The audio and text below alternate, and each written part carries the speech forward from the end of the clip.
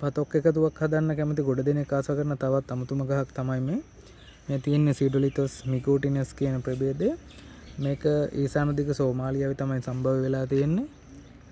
ඒ වගේම මෙයා ටිකක් ගහක්ද කියලා මුලදිම කඳුන ගන්න අමාරු විදිහේ ගහක්.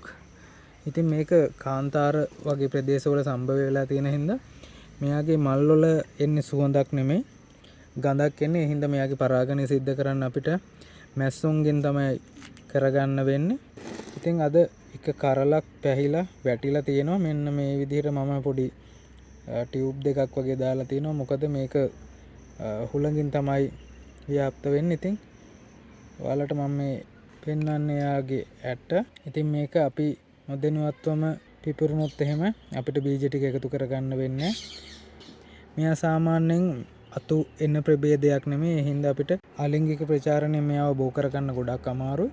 හැබැයි බද්ධ කරන්න පුළුවන් මෙයාව මෙයාගේම ගණයේ තවත් ප්‍රභේද සමග.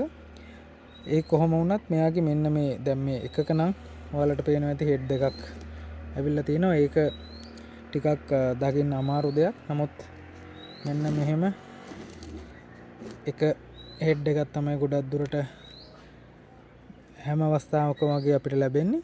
ඉතින් මේකේ මේ පොත්ත බැලුවොත් ඔයාලට පේනවා ඇති ටිකක් ගෙම්බෙක්ගේ හමක් වගේ තමයි තියෙන්නේ. ඉතින් මෙයාට මේ ගලක හැඩය ඊට පස්සේ ගෙම්බෙක්ගේ හැමේ හැඩේ ඒ වගේ දේවල් තියෙන හින්දා තමයි මෙන්න මේ සීඩොලිතස් කියන නම වැටිලා තියෙන්නේ. ඉතින් හඳුනා ගන්න සීඩොලිතොස් මිගෝටිනස්.